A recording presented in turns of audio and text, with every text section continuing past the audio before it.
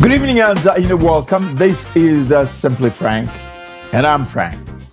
Zambia goes to the polls in less than 90 days. So many issues and players involved. One of these, the Zambia Center for Interparty Dialogue, whose chairperson, Ambassador Joyce Musenge, is my guest on Simply Frank. Welcome. Thank you, Ambassador. It's a pleasure to be here. Right. First things, before we go into the main, governance and issues, you're here, first as chairperson of, the Zambia Center for Interparty Dialogue. Mm-hmm. You're also a member of MDC, which is an alliance of UPND. Since we're going into the elections, let's start with MDC. There's all these issues about how democratic, a political party, is. You recently held, your convention. Could you tell us, whether democracy was at play in MDC? No, thank you very much, Ambassador. I just want to assure you, indeed, democracy was at play last weekend because we saw the elections to the National Executive Committee, the president's election. We did advertise. We had a criteria. If you wanted to be a National Executive Committee member, you had to pay a fee of 500. And also, if you were to be a presidential candidate, you needed to have 10 registered voters all around the country, in all the provinces, and pay a nomination fee of 30,000. So I think our president, who was elected unopposed, did fulfill all those conditions.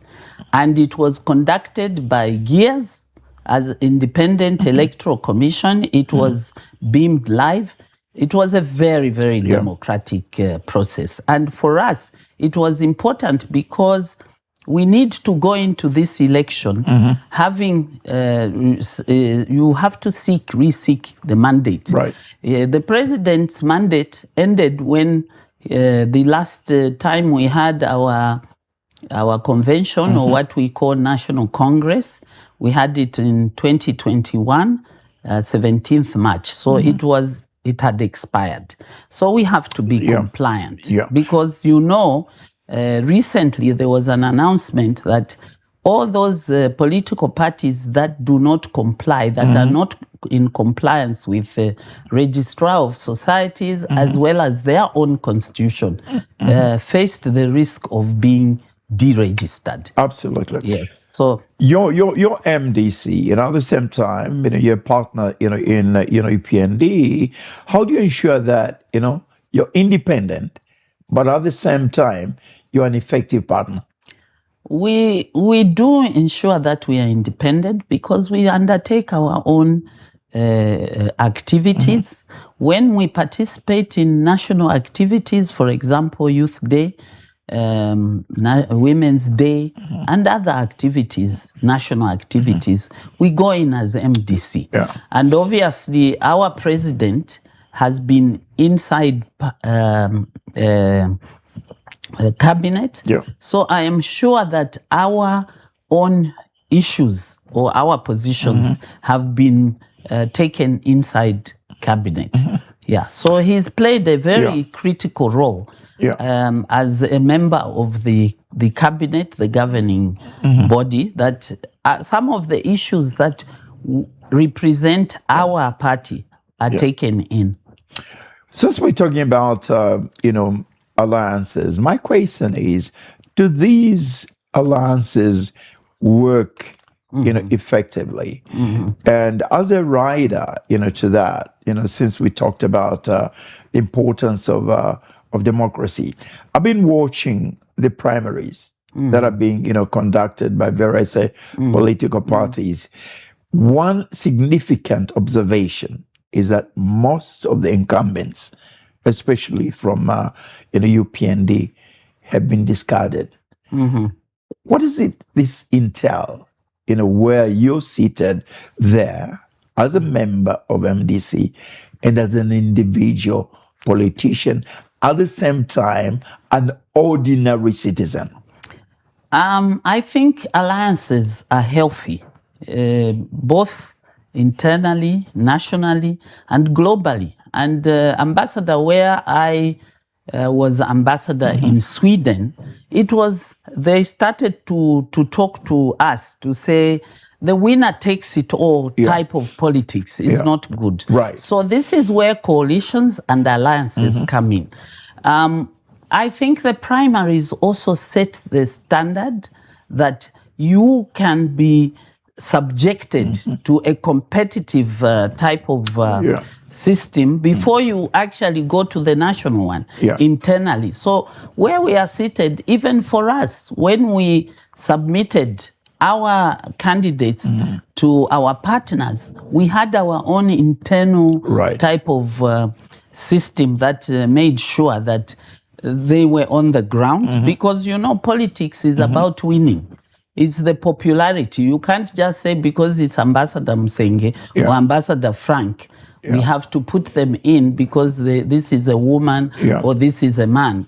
The politics of nowadays is about winning elections. Right. Absolutely. So I think that process that was taking place within the different political parties is an integral part of that selection process that will at least bring out the most sellable candidates and popular candidates that can at least win the political parties' elections. Because we have to be sincere. We have to win elections. Absolutely. Yes. And individuals, who are, being rejected, the incumbents, in these, primaries, that speaks a lot about democracy. About democracy and about the people. There is a time when people say, well, you've been there. I know that in Eastern Province, sometimes they say, Lomba ni ufumu. Meaning that it's not royalty. Absolutely. When you are a king, you are there forever. But if you are an elected official, there's a time when they say, okay, we've had enough of you. Can we bring in somebody else with fresh ideas? Obviously, I think, Ambassador, we must not discard everybody who is old. Absolutely. Because we then lose institutional memory. You can't replace experience. You cannot replace experience. I mean, we've heard of that story where there was a village where they said all old people should go. And then what happened? One intelligent young man kept the father inside, hidden. And when they couldn't get rid of the snake, that young man went and asked the father and said, put in front a rat and the snake will come out. So this is what it means. We have to be transitional. Right. We have to also make sure that we keep the old ones, not all old ones. We bring in new ones so that we mentor them. Exactly. And they sponge on our experience and then they run with it. It's a relay race, basically. I'll be getting back, to local, politics, but let me take advantage, of your presence, here as a former ambassador, to Sweden, from ambassador to China. That's really massive. What does it entail, to be an ambassador, and what is your role? And just how important is foreign relations? Foreign relations ambassador is extremely important in any country. And who you send out there says a lot, because you and I have been ambassadors. We are direct representatives of the head of state, special envoys, plenipotentiary. What it is, ambassador, you and I know that once you are appointed ambassador, you are the head of state there. That's why you fly the flag. That's why whatever you say has to be in sync with what you're sending state, meaning that before you go, you must understand the economic policies, political, and social, everything. Because they can ask you anything, anytime. And what you say matters. You cannot go there. You're not an individual. Absolutely. When you go, for example, you are sent by President HH. You are actually President HH. So you need to understand what the manifesto, what his positions are before you go there. You cannot be an individual. So this is why when we were at Foreign Affairs, we were advocating that before one is sent out, even after you do your international relations or ZCID, it is important that you are baked by spending even 2 years at the ministry. Right. Because right now, the way the international relations, the conduct, is not the way it was before. Absolutely. It's very dynamic. Look at what is happening, all these hotspots in the world. You must be able to connect back home and to get the positions. Because you cannot go and start speaking on positions that are not mandated. Absolutely. The thrust now, Ambassador, is economic diplomacy. Does this mean that political diplomacy is now less important? How do you find the balance? I don't think so. I think political diplomacy is important. That's the platform for economic diplomacy. Because what you do to the benefit of economic diplomacy is what you invest in the political diplomacy. For example, we invested so much in South Africa, the liberation struggle. So now, after that, we are hoping that we can get the benefits of the economy. So you can't discard away that. You have to deal with both of them. So I think that it's important for us to look back. What are our values? I know that when we were in Foreign Affairs, we talked about the importance of the neighboring countries. Because Zambia being a land-linked country, you have to have good relations with all the countries that are surrounding. So it's that basis. You start there. Charity begins at home. You start in the region, you go to the continental, and then international out there. I know that recently everybody's talking about national interests. What are national interests? Because we are now trying to go back to the isolationist policies. It's not going to work well because we've advanced too far as the world society that we are interconnected. Right now, the most important nations, are the USA and China.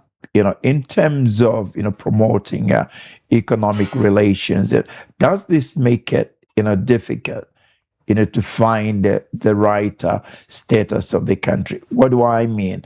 During KK played his act very, very well, and he opted for a non-aligned position. Does it make it a bit difficult now for countries to operate knowing that there are two giants out there? I think if we had continued on that non-alignment, because we are too small, it would have helped us. Because now, if you are with the US, you are not with China, and vice versa. And having served in China, one thing I realized is the importance of Zambia to China. Because Zambia and Tanzania co-sponsored that resolution that ushered China back into Amazing. them. So for them, we are a very, very key and important country. Obviously, we can't discard the fact that we have relations with the US. It's I think it's the balance. The diplomats now have to find the correct balance so that you don't injure one or you don't pit one Yeah. against the other. So I think there was a lot of what should I say, when KK followed Yeah. that route of non-alignment, Yeah. there was a lot of wisdom. Absolutely. Yes, we might say it's from the old school, but certain roots, wisdom is still important in the conduct of international relations as it was Yeah. before. That's why we are saying, let's not discard everybody, because you have institutional memory. Why did Zambia take a position like this? Absolutely. What was it entailing, that position? We are very proud now because we participated in the liberation struggle. Absolutely. When I was in Sweden, a lot was being talked about our role Yeah. in the liberation struggle.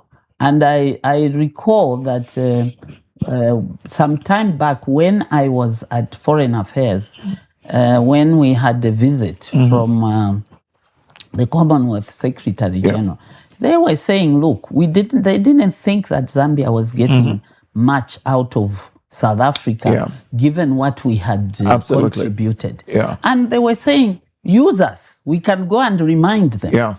You know? So there are countries out there and figures, and obviously they are going. And that institutional memory that we're talking about is going.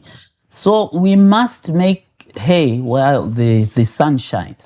Let us try and see how we can benefit from the South Africans, from those countries where we invested a lot. Right. One last question on foreign policy. You've talked about the role Zambia and KK played in the liberation of the countries in this region, including South Africa.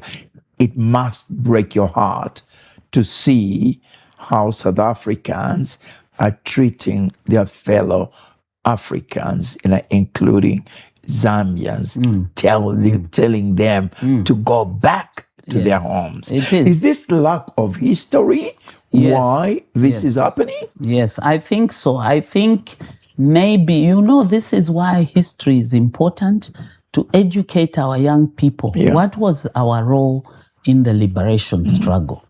They also needed to be educated to say, you know what, these countries, these people that you are chasing, they played a very, very key role to get us where we are.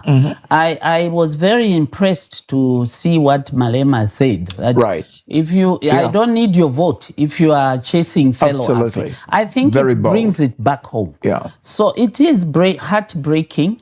But when you have young people who don't have the historical background, for them they are just looking, this one is taking our place. It has to be in the reversal, and I have seen there's some cautious steps in some of the countries who have said, look, dialogue is important. Let's not reciprocate and throw out the South Africans. Let us send a delegation. Let's go and speak to them, and let's see how we can find a solution. And that's what maturity in international relations entails. You've just mentioned the word, dialogue, and that is our starting point in terms of your role, as chairperson of the Zambia, Center for Interparty, dialogue. What is this, center all about? How important is it in terms of fostering, governance through dialogue? Let me just pay tribute to those who thought about having this institution. I think there was a lot of wisdom. They looked and said, how do political parties talk to each other? There must be a platform which we can create so that political parties come together when there are issues so that they can be talking to each other. So for us as ZCID, our fundamental principle is that political differences are natural, a natural feature of democracy, not an obstacle to it. So it means that our role is to harmonize those positions, to create a structured, neutral space where all political parties, regardless of the size, ideologies, whether they are in government or in opposition, they can engage on issues of national interest. So I think it's a very, very key and important institution. What has been the major or the key governance concerns of the center? The center is actually very concerned about issues relating to political polarization, political intolerance, electoral violence, low participation of women and youth, and the need to strengthen confidence in good governance institutions. So for us, that has been our concern. And we also believe that we must reinforce institutional independence, constitutionalization, and accountability, citizens' participation in governance processes. Our focus is always to encourage governance systems that promote transparency, inclusion, peace, and national unity. One of the major, governance issues, Ambassador, has been the amendment, of the Constitution. It practically divided, the country. It divided, political, parties. My question, is, did you, as a center, get involved in what was happening? If you did, and if you didn't, what are your thoughts, on the process of the amendment of this, Constitution, and why, it created so much division? Yeah. Ambassador, ZCID is on record on its clear and consistent submissions. We did submit to say that any constitution amendment process must be broad-based and it must be inclusive and transparent. For your information, before all that, we did have a roadmap of engagement where we engaged various political party presidents. We started with the Republican president. And our roadmap involved constitutional amendments, electoral reforms, delimitation, the mixed member proportional representation, all these issues that came into the amendments. And we did indicate that we were ready as ZCID to be the ones to lead this process so that there's no what should I say? There is no confidence breaking, that people were now looking at if the executive, like what happened, led the process, then there was, people were not, they didn't have the confidence that they were not doing it to their benefit.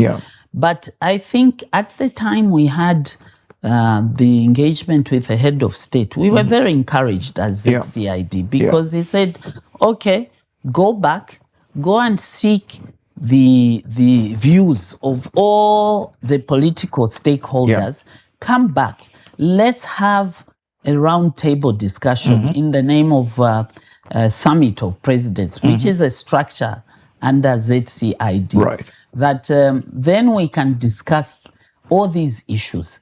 But make sure that there's consensus, because as you know, Ambassador, ZCID is built on consensus. Because we have in our membership the ruling party and the opposition. Just a brief background of the ZCID board. We have all the political parties that are represented in Parliament. They have 2 members each on the board. Then the Forum for Political Parties Outside Parliament, which is the one of the other political parties. That's the ones I represent. Because MDC, of course, we were in Parliament, but under the alliance. So individually, it's not recognized. So I was elected chairperson for Forum for Political Parties outside Parliament. With my vice chair, we form the 2 members to the board. Right.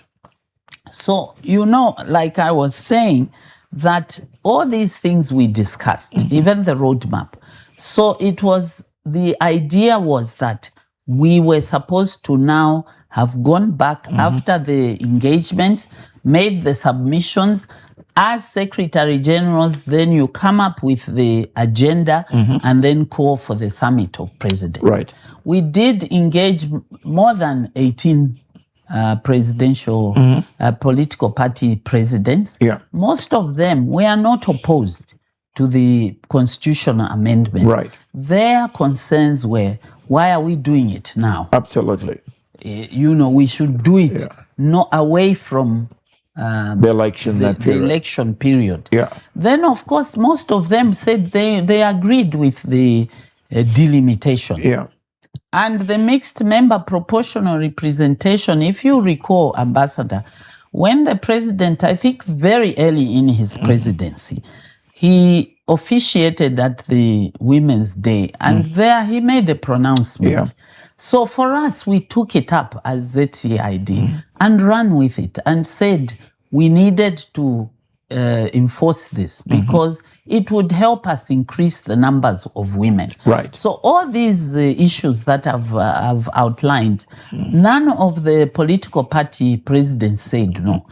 Our hitch, the challenge came because we could not engage the biggest opposition political party, PF, because of the factions. Yeah.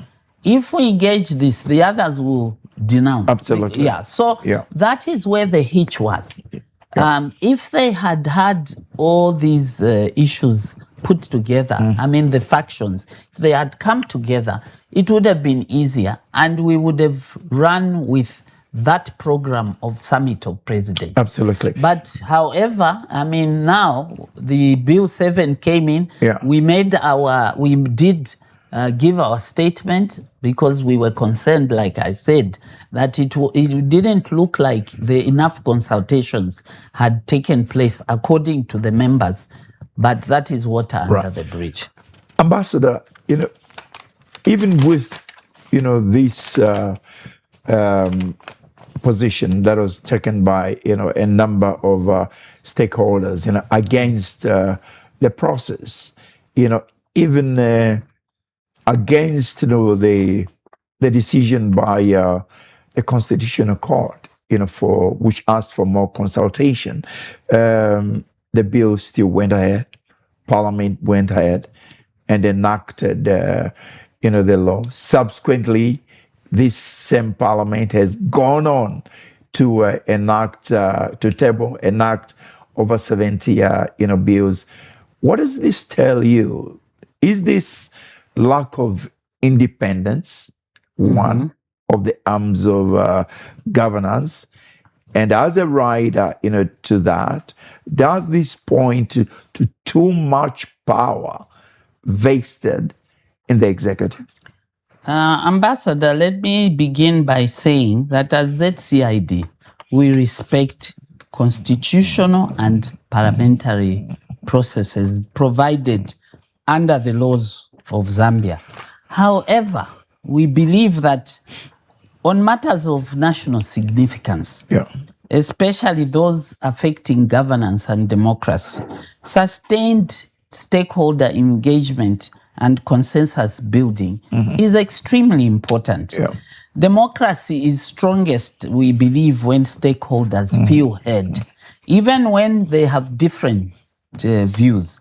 So our appeal has been consistently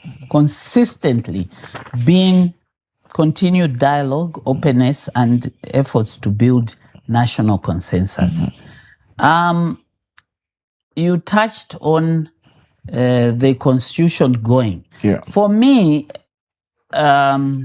sitting from ZCID, I think we missed an opportunity as a nation because we were emphasizing too much on the process. And the Zambian people didn't understand what it is that those who were opposed were saying. Because what we needed to have heard from those who were opposing was that we don't like, for example, the number of seats you put in the constitution, in the constitution, in proportional representation and all that. That was not done.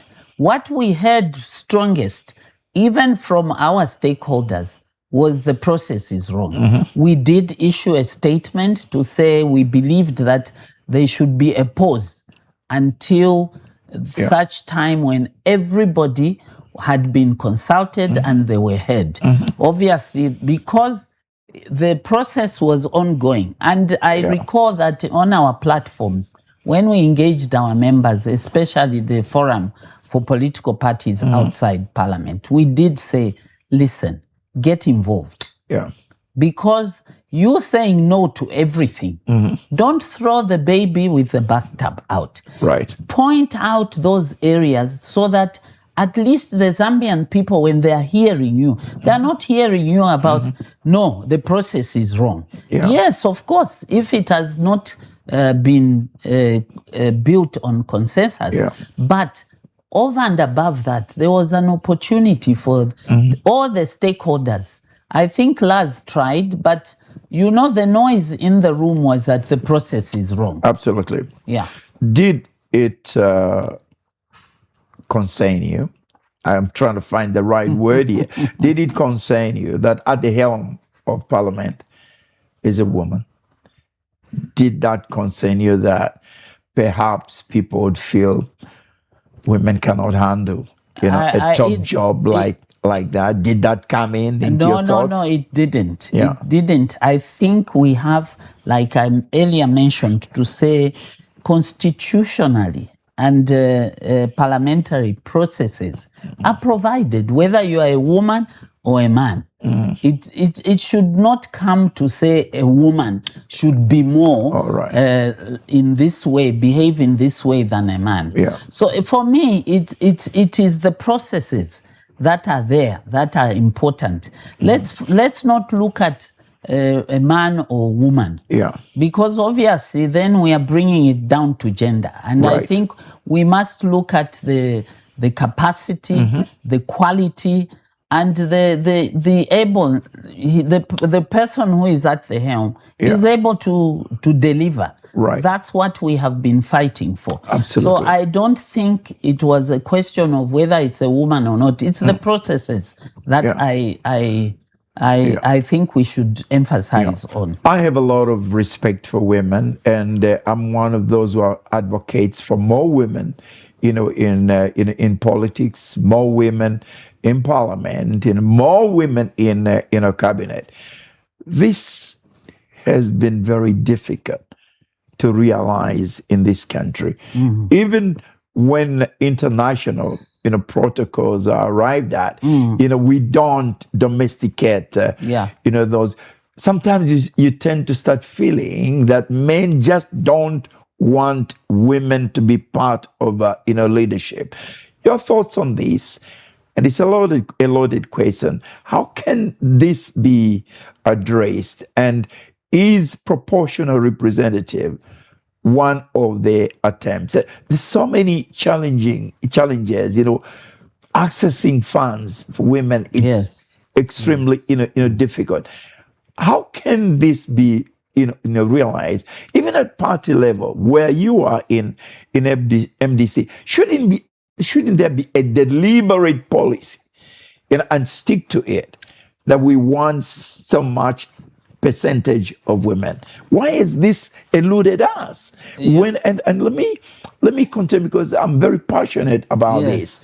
If we are able to have most women leading big financial institutions, what is so special about politics?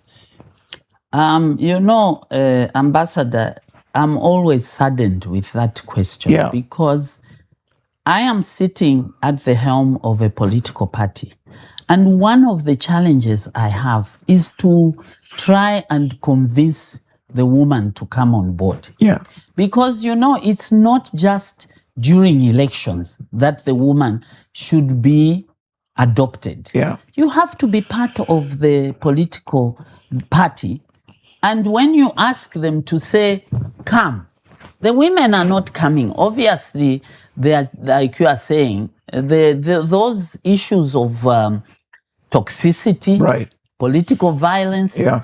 and stereotyping, Yeah. those are issues that come to play. Because I can assure you, I have spoken to many young women. Join MDC. No, we don't see it. We don't hear you. So now it comes to the adoption process. You want to say, because we have to adopt a woman, we'll take a woman. Yeah. They are not even part of your ideology. So I would like to encourage women, even now we are going to elections, to start now identifying political parties. Absolutely. Where they are passionate about. I know in Sweden, for example, I learned that you joined a political party because you were passionate about the environment, Right. about child's rights. Yeah.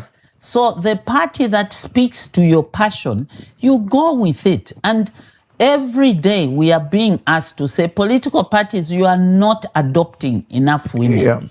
And look at what happens.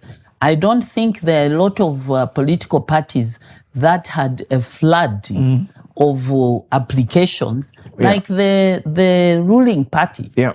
Because they do not believe in the other parties. So the starting point, Ambassador, is that we must encourage from the word go at the grassroots to have women come into the political parties so that it is easy.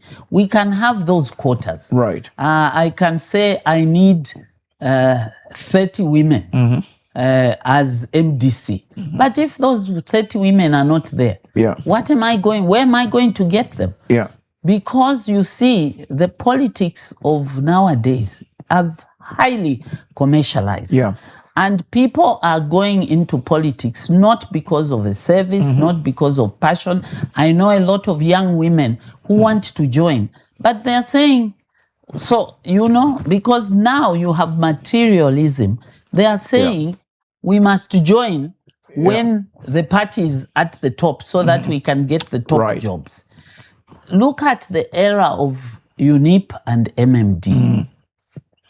The likes of Venechbesa, my late mothers, and the likes of Venedora, Namgala, and Victoria. Absolutely. They had joined the Nawakwis. They joined the political parties right at its inception. Yeah. And so they rose. So I would like to encourage women that please let's start together in the political party. Then it's easy for me to say, I am going to get out of these women, adoptions, I'll get 15 from my political party. I recall when I was being posted by Mwanawasa to Sweden. Right. I think I'm letting it a little bit opening it up. Right. He asked the permanent secretary to give him a list. And what I heard when Mwanawasa looked at the list, he said, where are the women? You are telling me I must appoint more women. That's how that list came back. And that's how I was also put on the list. Oh my God. So you see, we have to have a deliberate policy. Of course, the mixed member proportional representation gives us an opportunity for the marginalized, the women, the youth, and persons with disability. But constitutionally, at the elections, we must also adopt more women. And a few days ago, I did make an announcement to say, let's appoint women in those winnable seats. So if the political party is popular in Lusaka, if you are a party that is, let's adopt more women. In Eastern, in Southern, let's appoint where we see that the political party is very, very popular. We have more women in those areas. do you have to go a step further and perhaps introduce a political bill, that would take care of some of these, issues? I think so. During my tenure at ZCID, we have been pushing for the enactment of the political parties bill. Yeah. And that one is going to regulate and register political parties. Yeah. We're also looking at the national character. We are also hoping it will have a legal framework or for alliances. Because you see, alliances and coalitions in Zambia is a gentleman's agreement. So you don't hold the party, that the bigger party, you don't hold them accountable. Yeah. It's up to them if they should decide to give you some seats or not. But alliances and coalitions, Ambassador, it's about shared governance. Yeah. Because obviously, if I am busy with you, I'm campaigning, I'm with you, surely one of our provincial chairman was asking my boss that, why do people go to church? Okay. And I found it very funny and strange. He said, we go to church because we are trying to prepare ourselves and trying to get a seat in heaven. Okay. So it should be the same when you are in politics, that you are supporting and doing certain things because you believe that, the larger group will get the fair share, but even you at a personal level, because when everybody else is sleeping, you are on the campaign trail. Absolutely. Your family is at risk. Right. Let me before we wind up, quickly pluck the word that you have used, believe. This brings me to the situation of defections. Huh. If you believed in something, you wouldn't, defect. Your thoughts on defections? Even the women are defecting. I've got a niece of mine in Kasama. The daughter to Jeffrey Mwamba. She has defected. Some of my colleagues I have known for a very long time, and some of them are my relatives. Yes, they have defected. Yes. I had a lot of respect for them. Yes. Unfortunately, I don't have right now. Your thoughts on defections? It is very disheartening because when you join a political party, Ambassador, you must believe in its ideology. Yeah. It is not today you are here, tomorrow you are there. It brings instability. Yeah. And this is why I am saying, for us, we are concerned, but of course, it seems to be part of the political dispensation. But what that political parties bill is going to cure that nuisance of one day you are here, because this party, I believe in it's what it's doing economically. I believe we are on the right track. Yes, of course, but you must believe in something. And in Zambia, there are no ideologies. The manifestos have been thrown out of the window because everybody is looking, like we are saying, it's not a service anymore. It is looking for the best thing for me. And that brings me to something that we recently did as ZCID. We are in collaboration with the Parliament, Institute of Parliamentary Studies. We came together with ZCID and we are running courses to try and ensure that aspiring members of parliament know what their roles are. Right. You see, when you say, I'm going to build you a house, you cannot, you as a member of parliament, that's not your role. And we have really gone beyond what we were supposed to do when we are campaigning. Because an MP now is an ATM. An MP has to attend all the funerals. Most unfortunately. And an MP has to come up, I have to take my child to the hospital. These are not companies that they do not make any profits. Yeah. These are based on contributions. Yeah. So it's something we need to have a mind change. Right. That's why you are seeing so many defections. I don't believe that they are based on principles. Right. That's my personal view. Let me ask you, again, because of time factor, I'll combine all the issues in this equation. What is at stake with this election, the 13th August election, which has developed into a lot of controversies, involving many stakeholders, political parties, ECZ, questionable qualifications of candidates, especially presidential, candidates. When you sit there as chair of this particular, body, the Interparty, dialogue, as a member of MDC especially, and as an individual observer, what do you observe in this particular election? Why does it feel like it's an election more than any other election we've ever had? How have we arrived at this stage, Ambassador? We have arrived at this stage because, as I was saying, people are looking at elections as the cash cow. Everybody now is involved in elections or politics because they are looking at it's hard out there, but if I'm a politician, I'm going to get a car, I'm going to get a position. They are not looking at working hard in whatever sector they are. It is what I said, that we need to go back and re-educate ourselves what politics is. It's not a job. Yeah.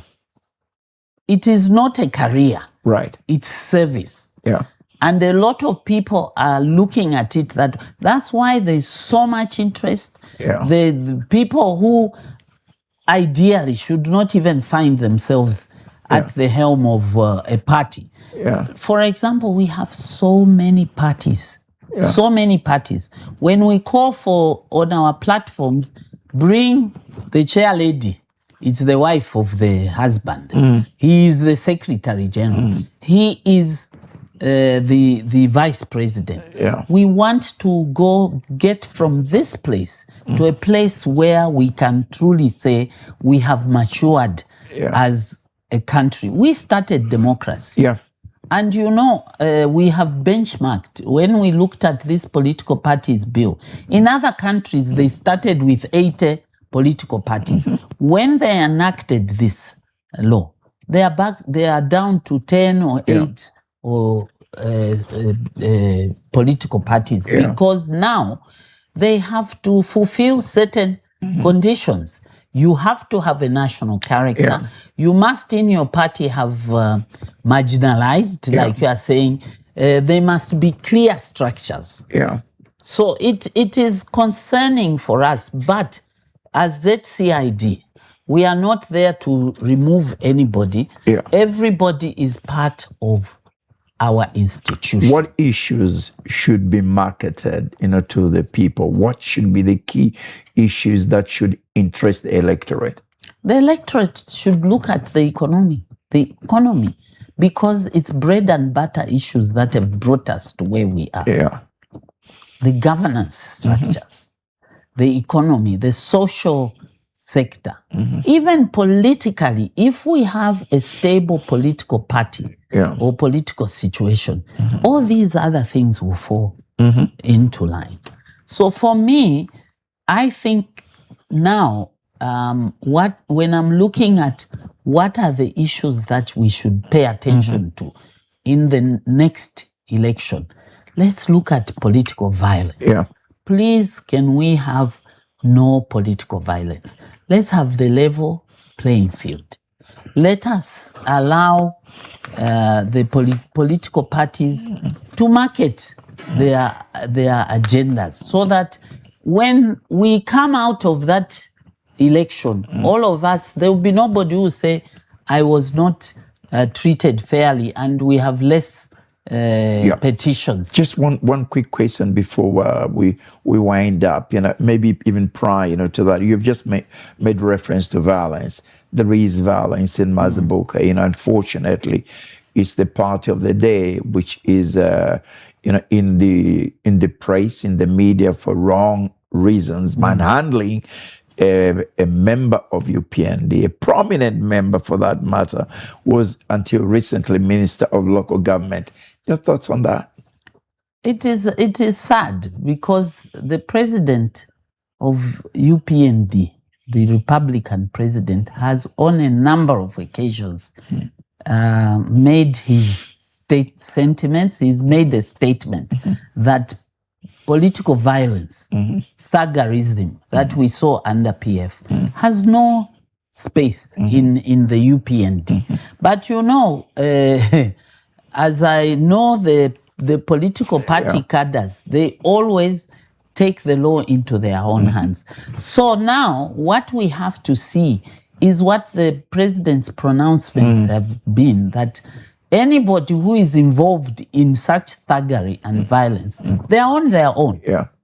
Because, of course, it's not only Gary. There are many other, incidents, except that you are making reference to him because it's sad.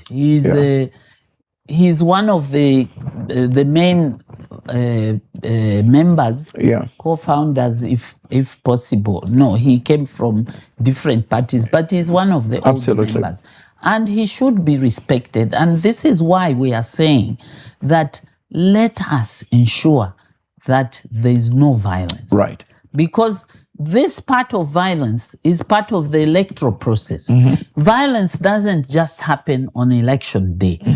The electoral process should be free of violence. Right. Yeah. So for me, I think it's very sad, especially that the leadership at the highest level has stated that there is no place for violence. Right. My final question, which can make or break these elections, is to ensure that these elections are free and fair. For somebody who is a proponent of free and fair elections, because of what you are, as a very mature politician, you've worked in countries like Sweden, where elections are, free and fair. What are your expectations from all the political players, especially ECZ, to ensure that, at the end of the day, these elections are free and fair? We have, Ambassador, on a number of occasions, engaged ECZ. They've been very, very welcoming for us as a board, because we represent the key stakeholders, the political parties. And these are things that we have brought to their attention, and we will continue to engage, even though we are going into elections. If there are issues of concern, we will still request that we meet with them. Yeah. So with ECZ, we have not had any problems to access and to engage, and they always come through to ZCID. I just can plead on behalf of all the members, on behalf of ZCID, that please let us conduct ourselves in a manner that is going to bring the elections to an end where everybody can accept the outcome. We have had observers. ZCID has been engaged, our political parties have been engaged by the observers at the continental level as they come in, because the election observers have already come in. So they are watching. The light is on Zambia. We have had transitions, peaceful transitions. And I always say, when people talk about rigging, I say, listen, they talked about Kaunda was rigging. Yeah. He lost the election. Absolutely. They talked about MMD rigging. Yeah. MMD lost the election. They talked about PF rigging. PF lost the elections. So what is different now? Absolutely. What is different now? Yeah. Because it's the same. When the Zambians make a decision, it will be the Zambian decision. Yeah. Ours is just to sell the products that we have. They say politics is the art of marketing hope. Absolutely. If you come there and say, no, me, I will just go to parliament to be talking on your behalf, chances are that you'll get zero. Absolutely. Yeah. I always take advantage of my guests who are Christians on these, programs that I ask them, this particular question. When we leave this, studio and outside, you meet, Jesus, ambassador, what kind of discussion would you engage Jesus in? I will say, Jesus, I did my best. Yeah. I did my best. Right now, as Catholics, we are in a novena program because we are expecting the Holy Spirit, the counselor, the one that Jesus promised us. Yeah. And the conversation will be, I did my best, you sent me the counselor, the rest, it was up to him. So I believe in God. I believe that we can do everything here on earth. At the end of it all, he is in charge. Ambassador, I thank you very much for appearing on our show. Thank you very much, Ambassador. It's always a pleasure to meet a fellow ambassador. Thank you very much. Just before we end, BMTV and management, and we sincerely send condolences, to the relations, the Catholic fraternity, the Christian fraternity, and the Zambian people on the death, of Archbishop Teles from Pondo. I had, many occasions doing interviews with him. What a frank man.